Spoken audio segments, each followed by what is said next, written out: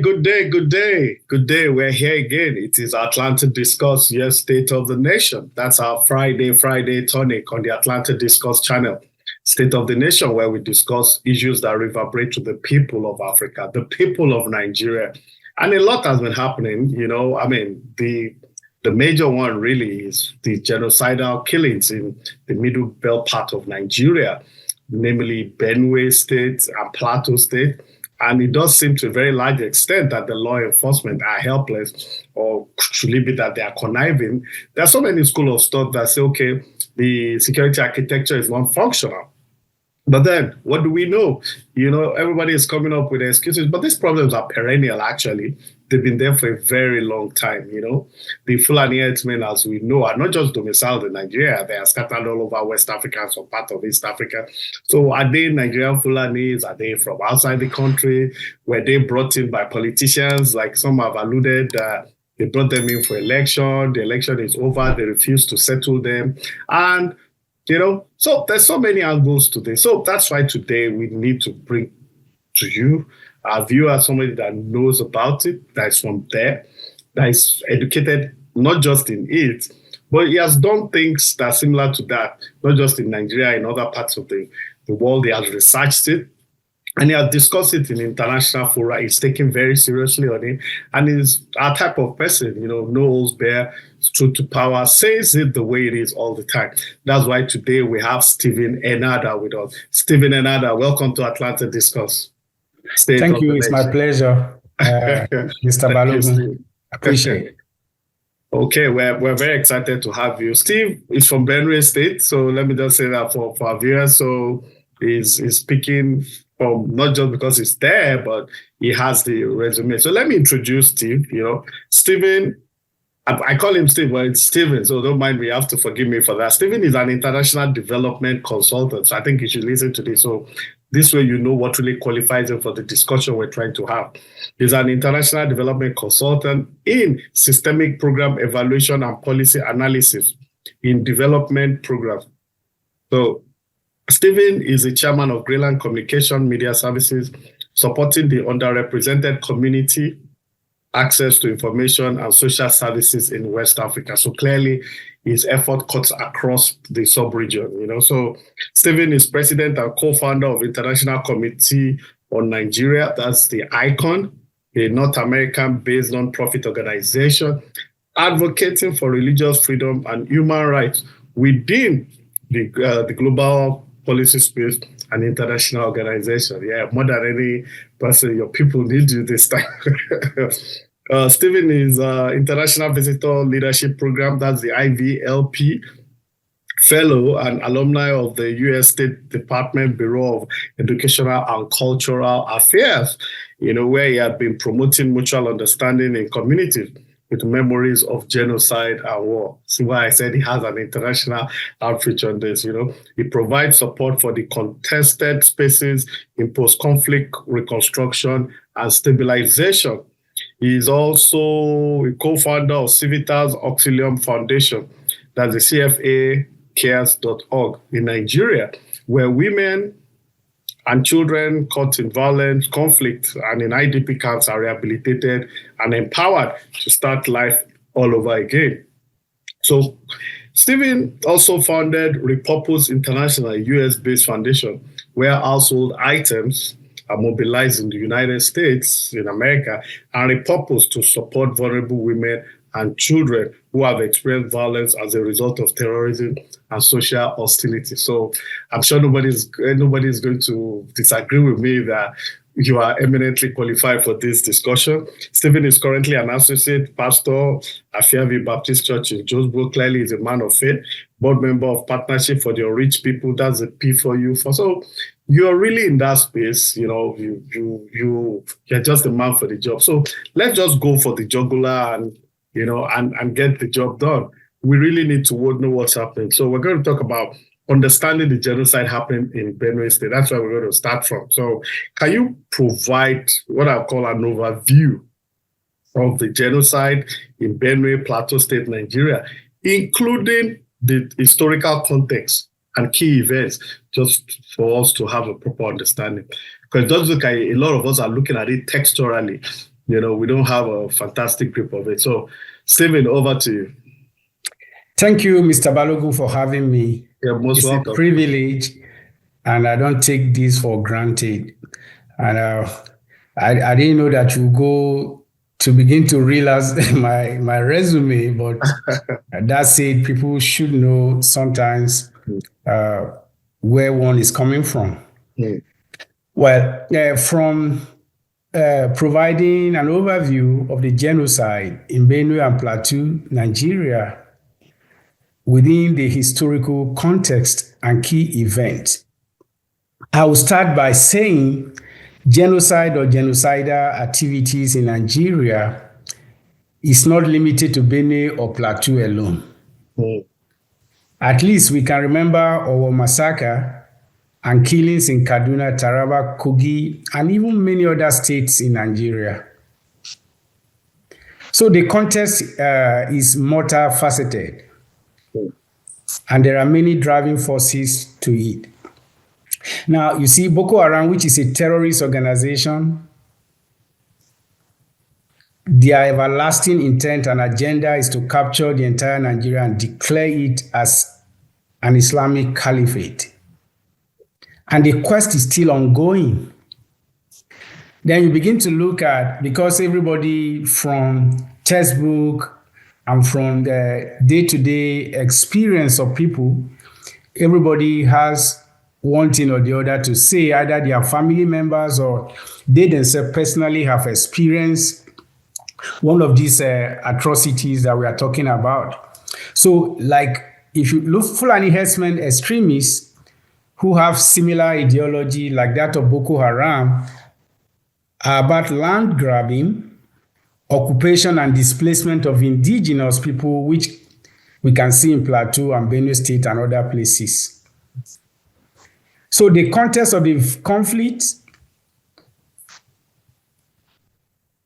like I say, is multifaceted, and you begin to look at it from the economic angle, religious angle, earth mineral angle. For example, the context of conflict in Zamfara is about earth minerals that Chinese business entities are profiting from. The Sokoto state is ethnic in nature. That of Niger Delta is economic. And then when you look at what they call banditry or kidnapping, is a failure of Nigerian government who have refused to nip it in the bud when it started. So just like drug trafficking, kidnapping has become a big business that many law enforcement agents are profiting from it also in Nigeria. So the genocide is not the narrative of Herders-farmer conflict, and it is not a climate change problem, as Nigeria government and other international organizations have posited.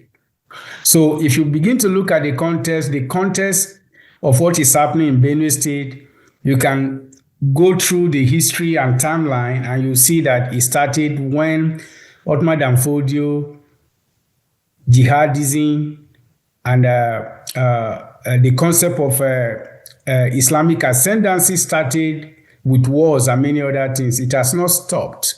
So I just want to reduce that to the simple fact that it's about occupation, land grabbing, and it's also about Islamic ascendancy. So the context of genocide in Benue is about land grabbing, is driven by religious ideology and economic factors.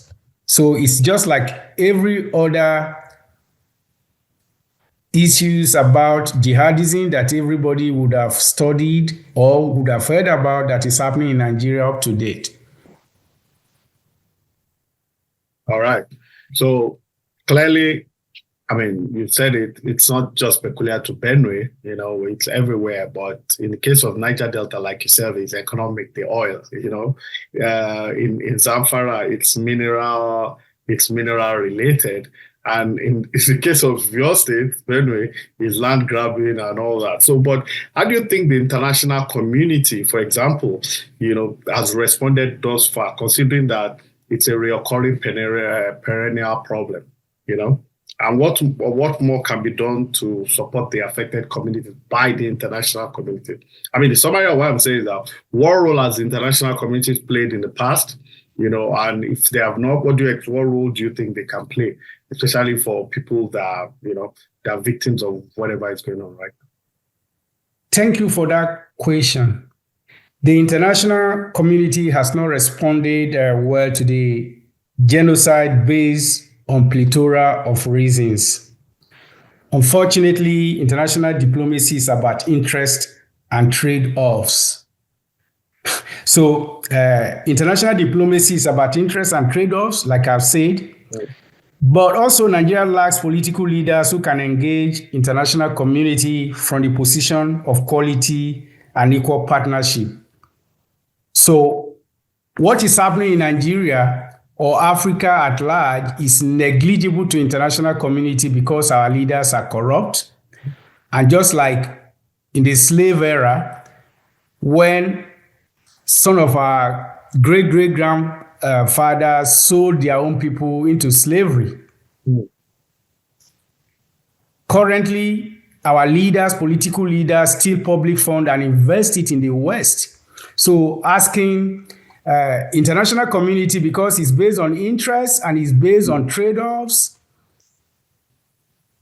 they lack character and ability to engage international community. That is actually a minus for Nigeria and even Africa at large. You see, when leaders lie and don't treat their people with respect and accountability, how do you want international community to treat their own people better when their leaders are oppressive? So when it comes to genocide, there is a ceiling to declare what genocide is. Very high ceiling.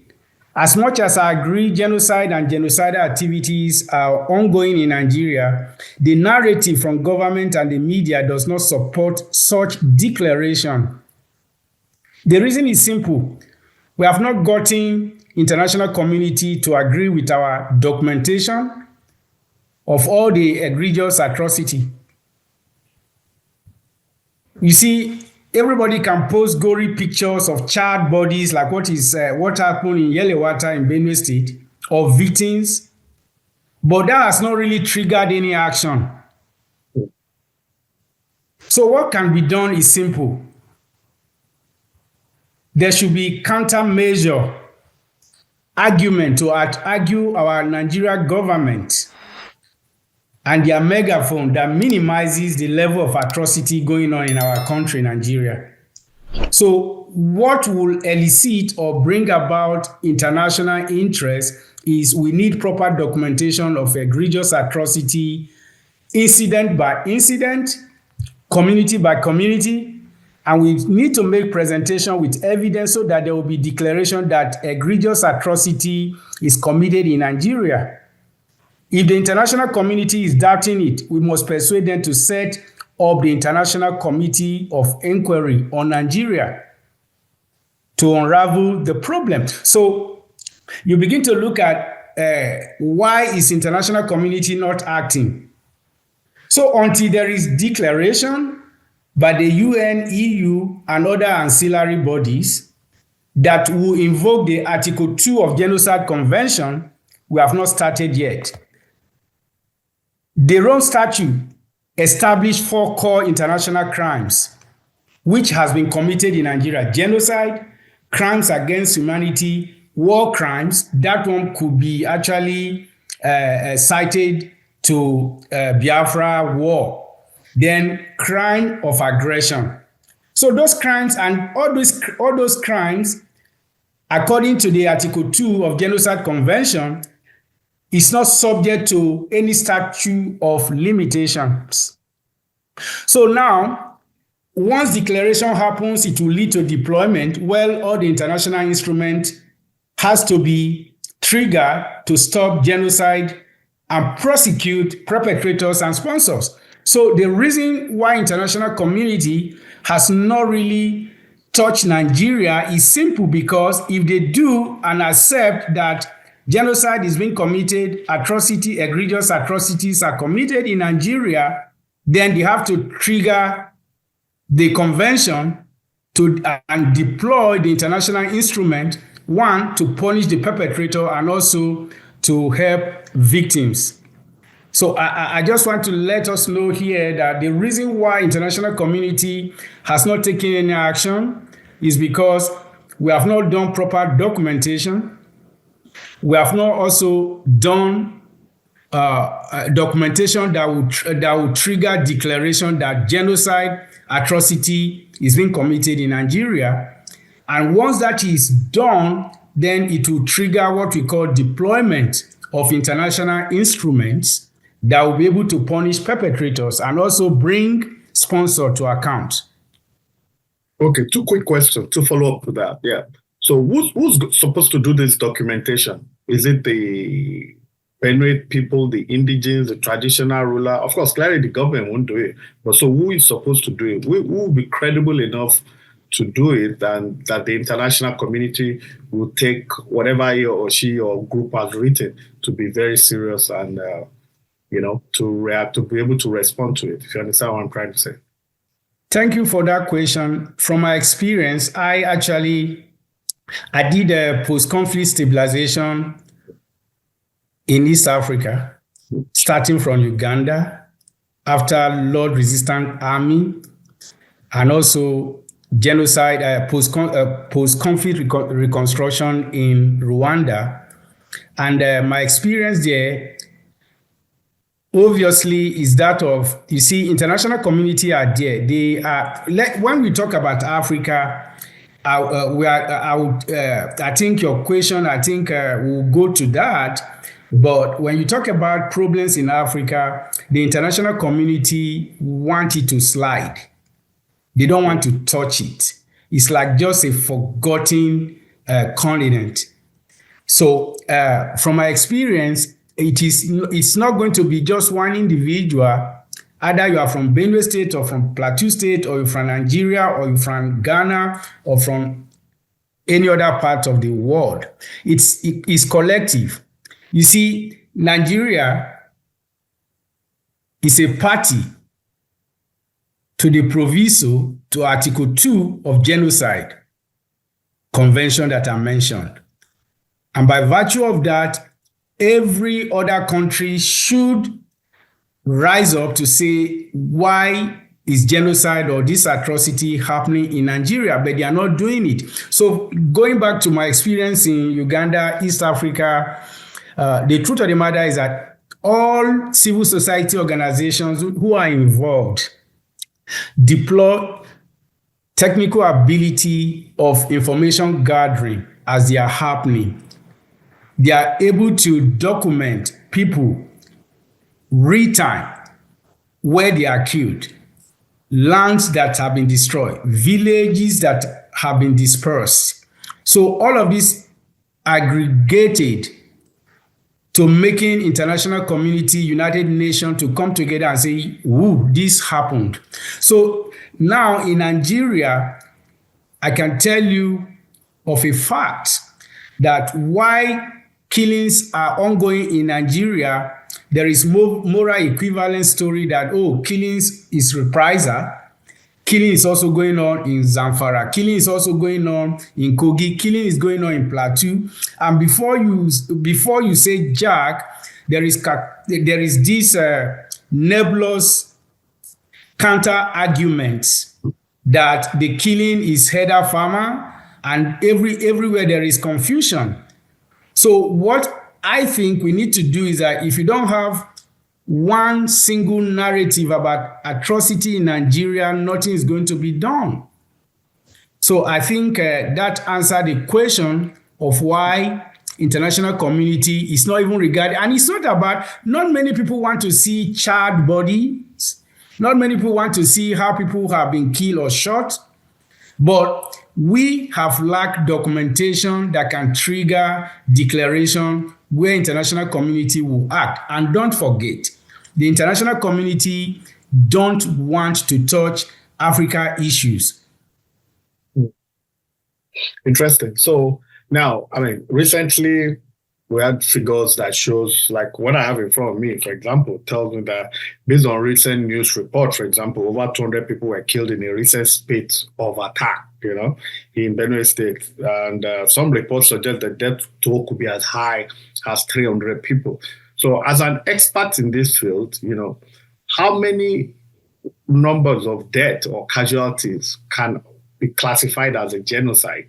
Because I remember reading about Rwanda, watching movies on it and all that. And even news report at that time were saying that initially, I think some of the reports said, oh yeah, they are killing people, but the numbers of people being killed cannot be classified as a genocide at that time.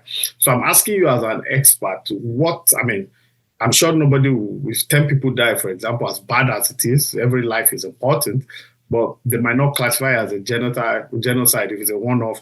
But this is a recurring thing. It's a perennial problem. So statistically speaking, how many people have to die for it to be classified a genocide under the UN regulation? I don't know. That's why I'm asking. But I'm sure there's a lot of people listening to you today. Thank you for that question. Legal determination for genocide. Unfortunately, when genocide would have taken place before genocide is declared. So legal determination for genocide is actually not a clear-cut agenda or explanation. You see, genocide happened in Rwanda before it was declared genocide. And then if you begin to look at where genocide had taken place, it is when genocide had been concluded that government will rise up and say, oh, international community, that genocide has happened. Genocide do happen either in the time of peace or at the time of war. But unfortunately, like I've said, genocide is when a group of people, maybe based on their ethnicity, race, or religion, is being targeted. It can be two people, it can be 10, it can be 1 million. So it's not about the number, it's about the intent of the perpetrator. So genocide can take place even in a community of 5 people because of the intent. Because if you look at, if maybe we have 5 surviving tribes and there is intent to annihilate them, that is genocide. So it can happen at the time of peace, also at the time of war. Oh, wow. Because I was reading something here that said, this from Wikipedia actually, said genocide is violence that targets individuals because of their membership of a group and aims at the destruction of a group. Now, there's this gentleman, Raphael Lemkin, who first coined that definition, said that the term define genocide as the destruction of a nation or an ethnic group by means such as the disintegration of its political and social institution, of its culture, language, national feelings, religion, and its economic existence. So, he said during the struggle to ratify the Genocide Convention, powerful countries restricted Lemkin's definition to exclude their own action from being classified as genocide. So what they were saying there is that when they were ratifying the Genocide Convention, some countries felt that definition was too harsh because maybe they perpetrated that act in the past. But even based on what we know worldwide, I think whatever is happening in Benue State is genocide. Okay, let's move to policy. We understand the genocide now. We agree it's a genocide or whatever is happening there, and let's look at policy analysis and recommendation. You're an expert, so that's why I like that we're having this conversation.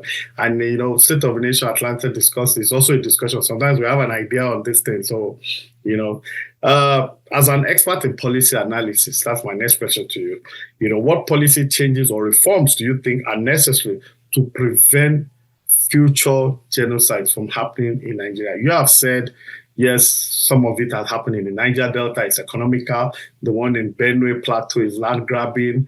There's one mineral base, which is also economical, like the oil in Niger Delta. But, these things are happening. How can we prevent it? The focal point for this discussion really is the Benue Plateau axis. It's bad enough it's happening on that part of the country, but this is really, really, really, because statistically, I've read that they've killed more Christians in the last 10 years in Nigeria than anywhere else in the world. I mean, it's not eating. People talk about it all the time. So that's why, as an exercise, what policy changes or reform do you think are necessary to prevent, for future genocide in Nigeria as a country, specifically Benue Plateau Acts? Yeah, Benue Plateau is really a great example because they have been affected, and we have before I will delve into your question, I also need to establish here that International Bar Association in the UK gave us opportunity as an organization to use what they call Eyewitness app. And in that Eyewitness app, we are able to document in Taraba State, in Benue State, in Plateau State, in Kaduna State about the killings. So it is actually an app that at the scene of any incident, you just upload it and it's on the cloud. So that makes and that is the reason our 342 pages documentation on atrocity in Nigeria, which can be found in iconhelp.org. That is, we call it silent slaughter. So actually, just to complement what you are saying, many killings happened, but Christians bear the most brunt of it. That is a fact in those states I've mentioned. There are collateral damages here and there, but Christians are majorly targeted. So going back to policy analysis and what policy changes or reforms one think is necessary to prevent future genocides in Nigeria. Well, let me just start by this, and I'm not trying to disappoint you or anybody who is listening to us. You can't analyze policy where there is none, unfortunately. I think that is just, we need to establish that. You can't analyze policy in the Nigerian, none. From the Nigerian point of view. Yes, right? From the Nigerian point of view. Right. You can't analyze because this is centered, even we reduce it to Benue and Plateau, but Benue and Plateau states belong to Nigeria also as a federation. So, but now when you ask for me to analyze policy, which policy am I going to analyze when there is none? Let me just, civil society organizations should work together in the first instance because there is no policy that anybody can align with. If there is one, let me know. But civil society organization will actually be the lifeline to engage international community first because there is no policy in place in Nigeria to prevent genocide or genocidal activities. Unfortunately, it may surprise you. I have been engaging the US policy space, the EU policy space, the UK policy space. I can tell you they don't have any policy for Africa, let alone Nigeria. And that is the reason why they keep quiet if Africa or Nigeria goes up in flame. Now, you can see this from Ukraine, Russia, Israel, Iran debacle. You can see how the United States is rising up to support Israel or to even make sure Ukraine, Russia issues are resolved. But what about Nigeria? Is Nigeria not part of global community? And death that we've recorded in Nigeria in the last 10 years is more than 10,000. That is open door. And over 18 million, according to UNICEF, 18 million children are out of school as a result of this crisis. So Nigeria is a basket case. Nigeria issue is actually worse than that of Ukraine, Iran, Israel combined. But why is nobody talking about it? And I can tell you it is because of our political leaders. They can't engage, like I've said earlier. So, but even you begin to look at our own self-acclaimed pundits in Nigeria space who claim they are experts. They are experts on Ukraine, Russia. They are experts on Israel, Iran than they are on Nigeria. Whereas Nigeria is going up in flame. So you begin to look at how people treat you. You have to treat yourself well. Now, if an Ukrainian or an Israeli or a Russian or a Jew approaches the US Congress, the US Senate Foreign Committee, the State Department, they listen to them more than they will listen to any African country, because one, we don't even have the character, our leaders, I'm talking about political leaders, they don't have character. When they come here, they go on photo op-eds. They don't even have character to engage and talk one-on-one intellectually with their counterparts. So unfortunately, that has really gotten us to where we are today. And now you begin to look at it. Are they treating our people based on color? You see, the United States, which I engage most of the time in the last maybe 16, 17 years of my life, consistently every time. Anytime you are talking about Africa, they will listen to you. You show them the gory pictures of dead body, charred body, and all those information that they know atrocity is happening in Nigeria. They care less. And the reason is because our leaders, they know that our leaders, they don't even care about our people. For example, over 200 people were killed in Yelewata in Benue State. What has Nigeria government done? Where are the perpetrators? You don't need America or the UK or the EU to come and arrest those people. So we were cavalier with what is happening in Nigeria as a people. So unfortunately, because we don't have policy, because first of all, we don't even have a law and order that will protect community and citizens. And then you don't have law that punishes all of those people who are committing all this egregious atrocity we are mentioning. So now what do you expect? Is it US that will come? You don't forget, there is sovereignty here.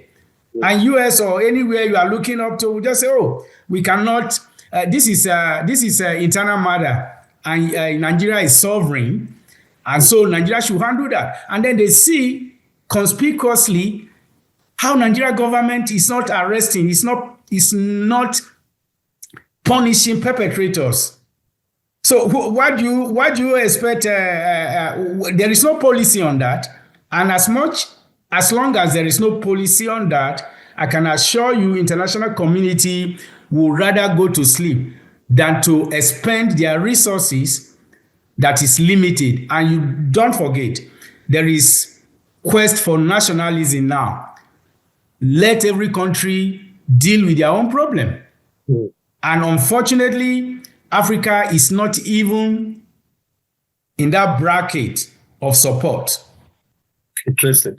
So let me just veer off a bit. I mean, based on what you said, the government of Nigeria is not doing enough.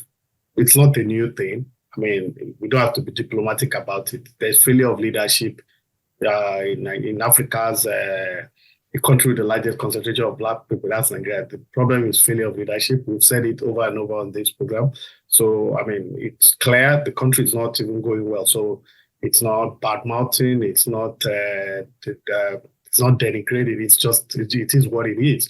Now, having said that, why should we expect government to do something about it? I mean, I know government has showed a very high level of irresponsibility, the security architecture, they always blame us to be rejected and all that. But it does look like, well, they are inactive. There's so much inaction from them, because if the government wants to be intentional about it, it's that they will have done something about it, because we have ethnic and religious problem in Nigeria. Now, my question really is, what is the Christian Association of Nigeria doing? You understand? Because based on all that you've told me today, for example, gathering facts, documentation, making noise about it, this can actually in a good place to propagate that gospel to the world, to disseminate it the way you have said as a professional on this issue and based on your experience. Why are they not doing anything about it? It's not rocket science, considering the fact that people are dying in very large numbers for that matter.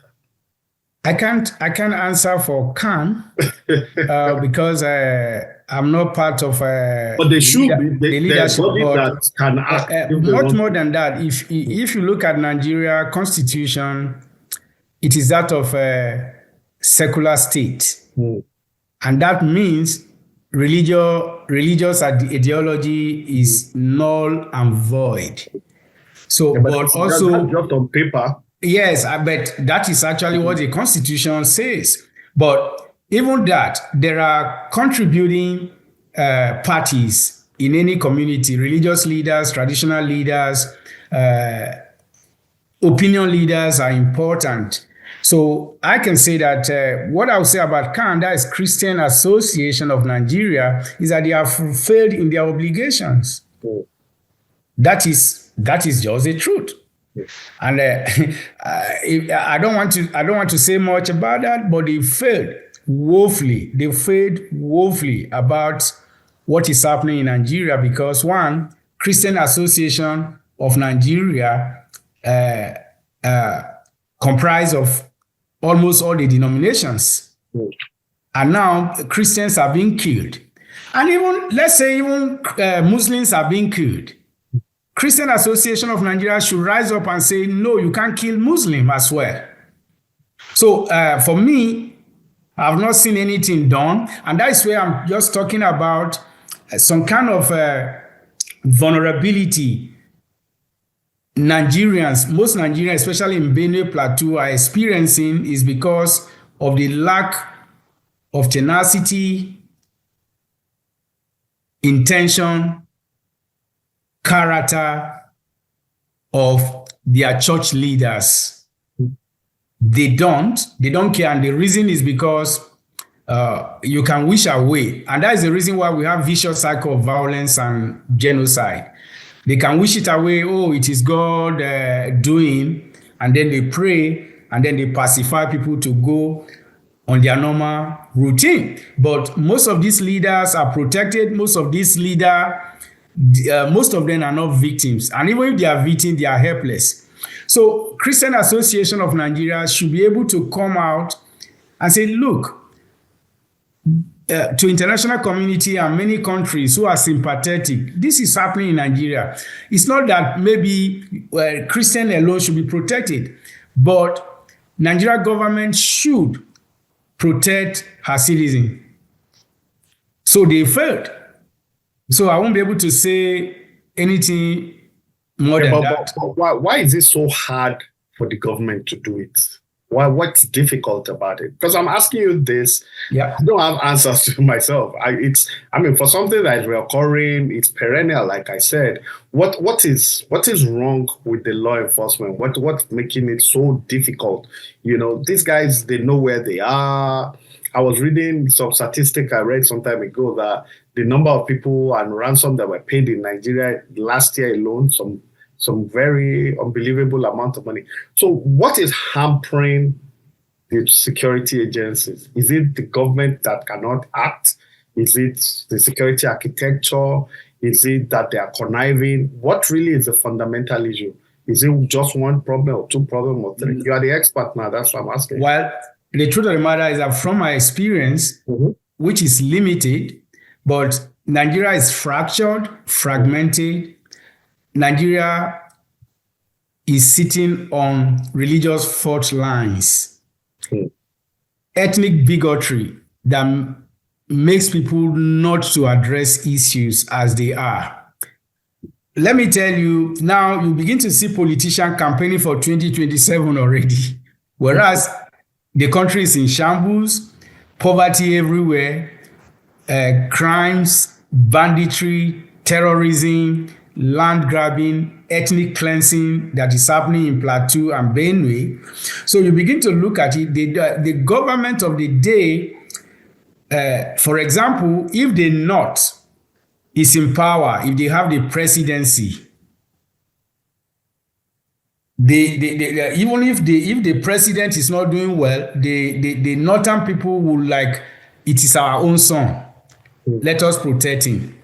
If South has, so when one part has it, they say this is our own son, we need to protect him. And then the problem has been that of perpetuating themselves in leadership. Politicians are inherently corrupt. Most of them, not all of them, are so corrupt that they think about power than people and lives. They would rather have people die in their millions than to lose any election. So you can now begin to look at it that with what is happening in Nigeria, if one life is lost, anywhere in the world, most Western community that I see, I'm not saying they are perfect, but if one life is taken, you begin to see people talking and government will take action to make sure perpetrator is arrested. So, but now in Nigeria, you begin to look at it that when even terrorists are captured, imagine it's only in Nigeria that are here, they will say, oh, they are captured and then now they've repented, they reintegrate them into society. That is not justice. So every government in power is thinking about the next election. They are not thinking about the people. And because most people are gullible, they take advantage of that situation. So I can tell you of a fact from my experience in the last 25 years in Nigeria. It is politicians, they don't really care and they will do nothing about it. And that is why there is no policy, because law and order is broken. It's a broken society, and the society whereby somebody commits a crime and somebody in government will just say, oh, that is my people, that is my person, please just let the person off the hook. And then such people are in the society, and then you are enabling lawlessness. And those people, imagine, I heard that there is one atrocity that happened in Plateau State, and it's unfortunate that in Mango or somewhere area there, about 2-3 days ago, and they said that the perpetrator has been arrested. So when somebody asked me, and I want to say this again and drop this again, when Nigeria government lacks the ability to protect our people, I encourage people to make sure they devise a means to protect themselves. Self-defense, because Nigeria government has failed. You wait on any government. Buhari failed, and Tinubu is failing when it comes to security now. And they all think about not offending people who can give them votes. Wow. So I don't even know what to say. The way you just said it, I just feel shattered, because people are dying every day, very large. Even today, we've had reports from all over the country. So, but is there hope? Is there any semblance of hope after all said and done? Is there any glimmer of hope, however minute, with the way things are going? I mean, clearly, like you said, the politicians are already campaigning for 2027. That means that, technically speaking, governance has stopped. The governance that was near non-existent have been issued. Is now not even, So is there any glimmer of hope? Sure. Like I will go to that gives me the reason why you and I, this Atlantic Focus, is to reshape narratives and also to encourage people that we can work together. There is huge hope for Nigeria and even Africa. We're going to solutions now, right? Yes. Okay. So first of all, you see, Nigeria government and international organization working together. First of all, we need to push, like we are talking. We need to actually admit first that there is genocide or egregious atrocity going on in Nigeria. So Nigeria government and media and security agencies should stop misleading the world about the imploding community we have. So Nigeria government should admit they need help to combat terrorism and other vices. So there is hope, because I can tell you in 2020, Nigeria was declared as a country of particular concern because of what your work and other people's work. So we keep on engaging international community, and I'm telling you, the world is actually fractured and broken, but Nigeria is worse. But people are working hard. You can see that there is NATO meeting today in Europe because world leaders are meeting. Then the question you ask yourself, where is our Nigerian leaders? How do they want to even engage? You see, they don't have the mental capacity, they don't have the capability, they don't have the ability. All they think about is how to steal money. All they think about is how to perpetuate themselves in power. And even their people are left poorer.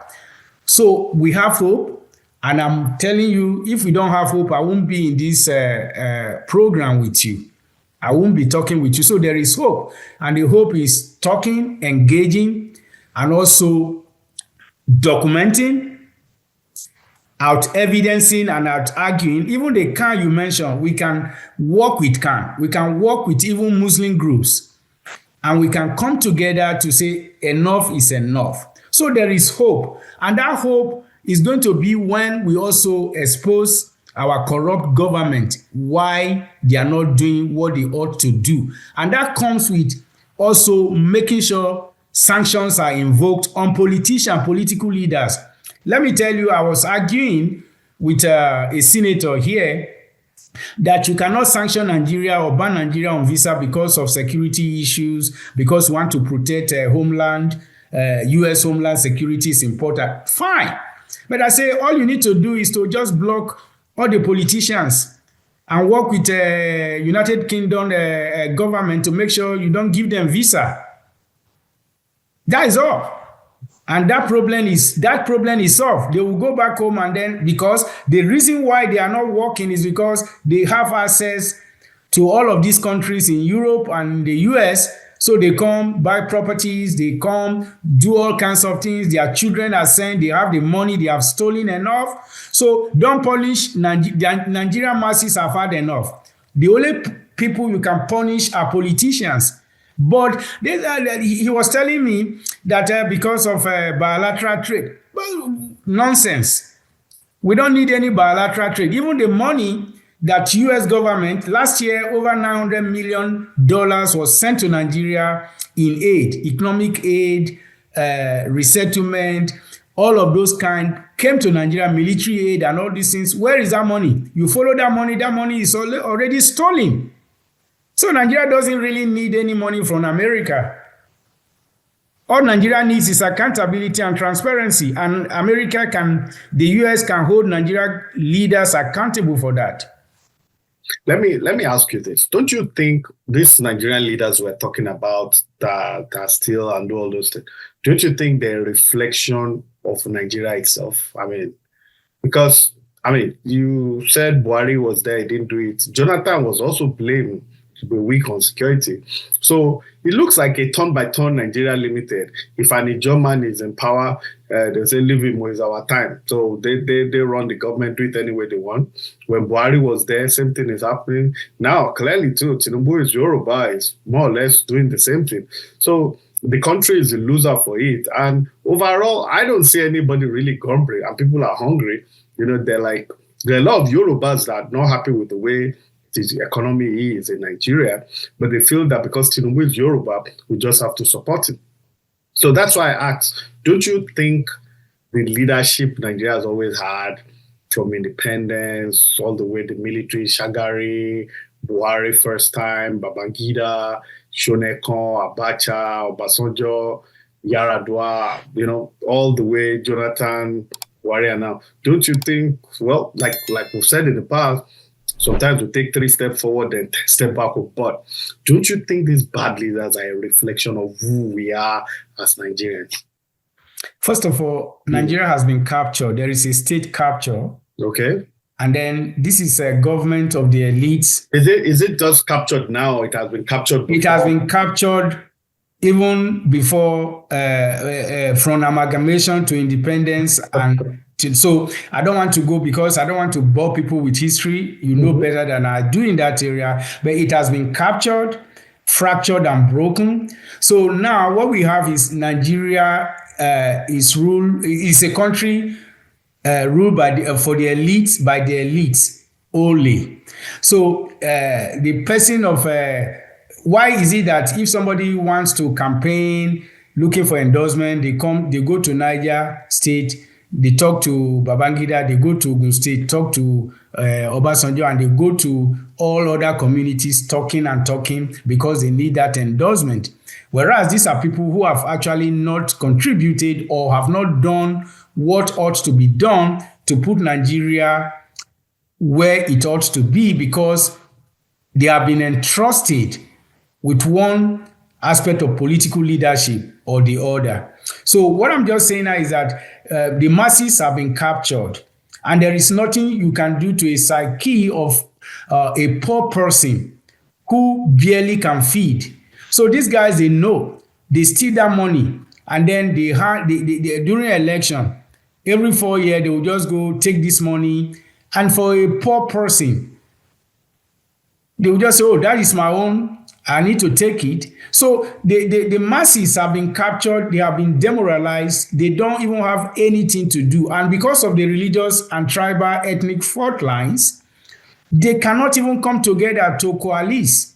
In every society that has delivered itself from the establishment power hold, is when every unit, every region, every tribe, every group, even though we are not as homogeneous as other countries, even in our heterogeneity, we can actually come together and coalesce around issues that affect poverty, hunger, all of these things, lack of infrastructure, lack of everything.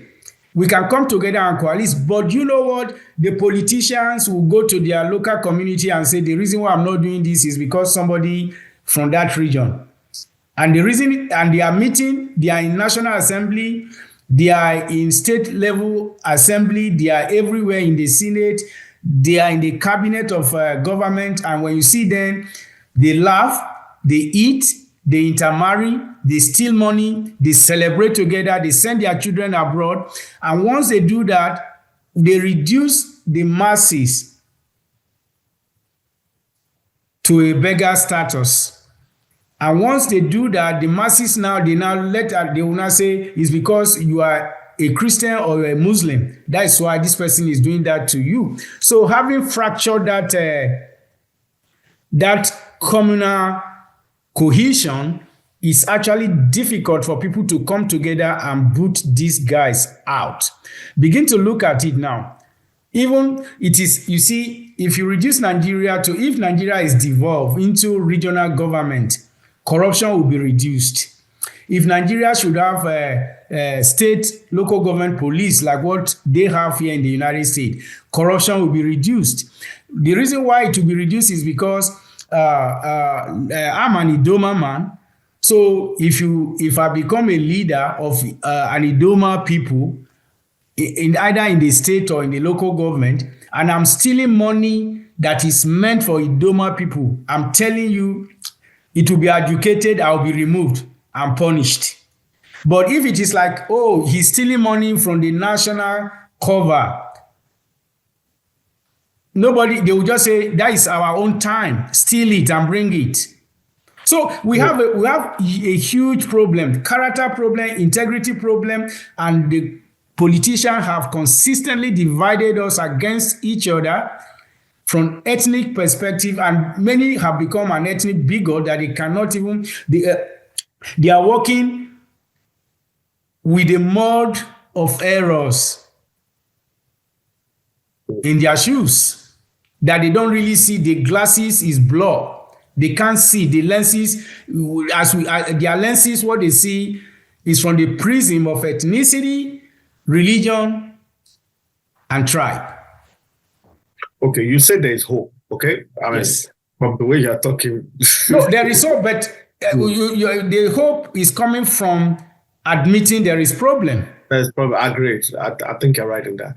So, do you think part of the solution is constitutional? Maybe, I mean, I've had guests here say that maybe we should practice the parliamentary system of government instead of the presidential system of government. Do you agree with that? Do you agree with us going back to the old constitution, the confederal structure and all that? What do you think? Even if you bring a law of Moses to Nigeria, it won't work because of character deficiency. So Even the we constitution, agree, we agree with the people are the problem. yeah, the constitution even we have in Nigeria, if it is enforced, no constitution, and that is why if you look at the United States, you talk about First Amendment, Second Amendment to how many amendments? There is no constitution that is perfect. So when people talk about constitution, let me just take you back again. In 2023, I was telling most of the what do I call it? Except President Tinubu, that I did not advise. I advised most of these candidates then. They say, no, they say, oh, now INEC has done it well. IRF, they will transmit this. I said, but I'm just telling you that INEC will just come with something and say, oh, there is a glitch, this, that. They say, no. I'm just being pessimistic. What happened?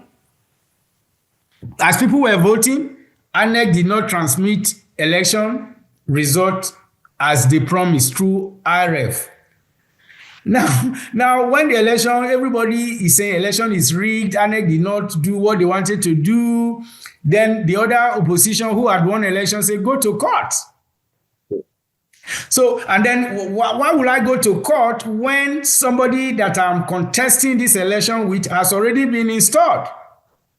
Who does that? So you talk about constitutionality. When people are talking about constitutionality, I say that, first of all, let us talk about character. We can actually, if the current constitution, which I know is flawed, which I know can be improved on, Chapter 2 of Nigeria Constitution is one of the beautiful chapter of our constitution. Fundamental human rights is encapsulated in that.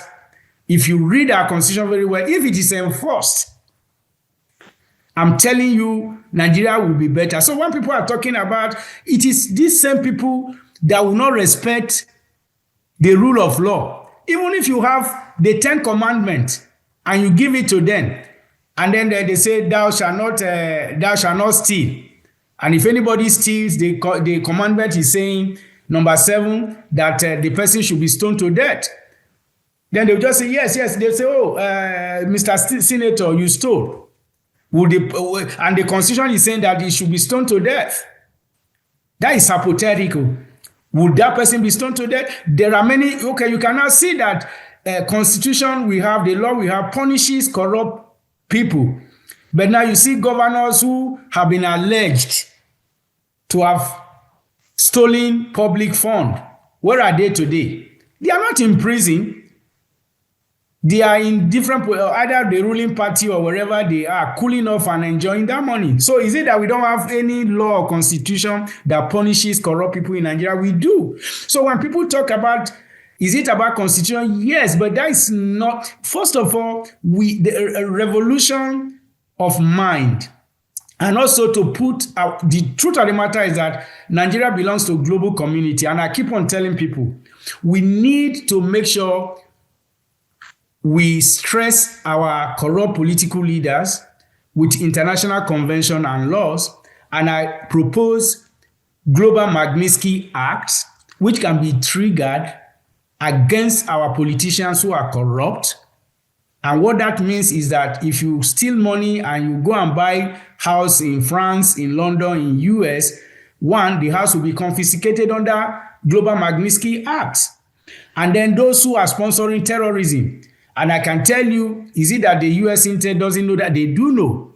But Nigeria government will not share information. Buhari government did not share information. Jonathan government did not share information. And currently, Tinubu government is not sharing information. And that is the reason why the sanction of visa ban is coming. They don't share information. Thank you, Mr. Stephen Enada. This is most enlightening. And to our viewers, you can hear he's an expert. He knows what he's talking about. He has preferred solution.